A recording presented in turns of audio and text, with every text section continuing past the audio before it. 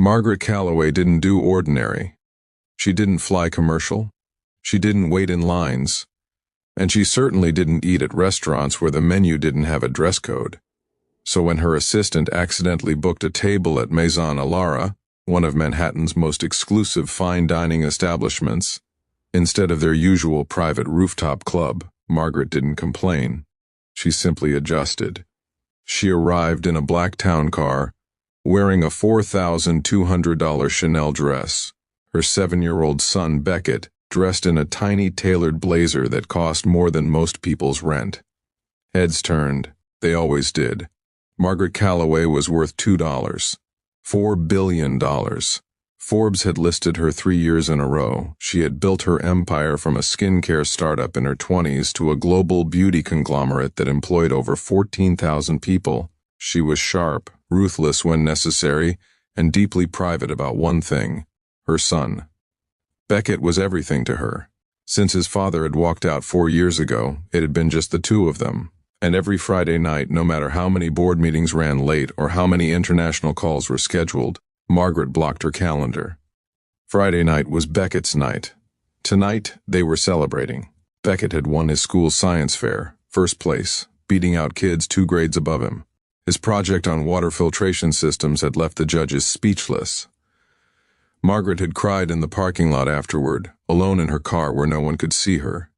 Before composing herself and calling the restaurant, the maitre d' seated them at the best table in the house, corner booth, soft candlelight, a view of the glittering Manhattan skyline. "Mom," Beckett whispered, eyes wide. "This place looks like a castle." Margaret smiled. A real one, not the polished boardroom version. "Only the best for my scientist," they ordered. Lobster bisque for her, a fancy mac and cheese for Beckett because even billionaires can't make 7-year-olds eat escargot. The evening was perfect. Until the man at the next table caught her attention. He didn't fit. Not in a rude way. He wasn't causing a scene. But Margaret noticed things. It was what made her good at business. And this man, sitting alone with a little girl across from him, was clearly out of place.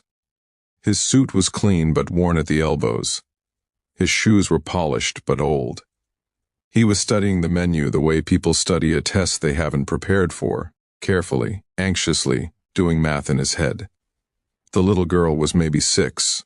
She wore a yellow dress with a small bow in her hair that was slightly crooked, the way bows go when a father ties them. She was clutching a crayon she'd apparently brought from somewhere and was drawing on the paper tablecloth liner with intense focus. Margaret watched the man quietly ask the waiter something, then nod slowly and order what she recognized as 2 of the least expensive items on the menu. He wasn't here for the food. He was here for her. The little girl. Something about that hit Margaret in the chest. She turned back to Beckett and pushed the feeling aside. This wasn't her business, but then she heard it. "Daddy, is this a fancy place?"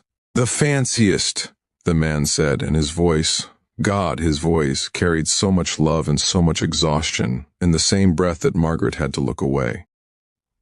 "Are we celebrating?" the little girl asked. A pause. "We're celebrating you, Bug. Every day with you is worth celebrating." Margaret picked up her wine glass and stared at the skyline. She tried not to listen. She really did. But Manhattan restaurants, even the exclusive ones, have tables close together. And the man, she would later learn his name was Daniel Reeves, wasn't trying to be heard. He just was. She caught pieces. He was a former high school teacher. He'd lost his job 8 months ago when the school district cut the budget. He was doing substitute work, driving for a rideshare app on weekends, and taking online certification courses at night to become a licensed electrician. His daughter, Lily, had just been accepted into a gifted program at a new school across town. That was what they were celebrating. He'd saved for 6 weeks to bring her here. 6 weeks of skipped lunches and extra overnight shifts and saying no to things so that he could say yes to one perfect night for his daughter. Margaret sat very still. Beckett was telling her something about his science project, something about pH levels, but she was only half listening. Her eyes kept drifting to the little girl in the yellow dress who was now showing her father her drawing. A house with a sun and 2 stick figures holding hands. That's us, Lily said proudly. Daniel Reeves looked at that drawing like it was the Mona Lisa. Margaret excused herself to use the restroom. She didn't go to the restroom. She found their waiter near the service corridor and spoke quietly for about 90 seconds. The waiter nodded, glanced toward the table and nodded again. She went back to her son. "Mom, you okay?" Beckett asked, studying her face with those too perceptive eyes of his.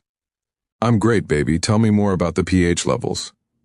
When Daniel Reeves asked for the check at the end of the evening, the waiter smiled and told him it had been taken care of. Daniel blinked. "I'm sorry?" "Your bill, sir. It's been settled." Along with a note. The waiter placed a small cream envelope on the table. Daniel opened it slowly. Inside, on the restaurant's monogrammed card, was a handwritten note.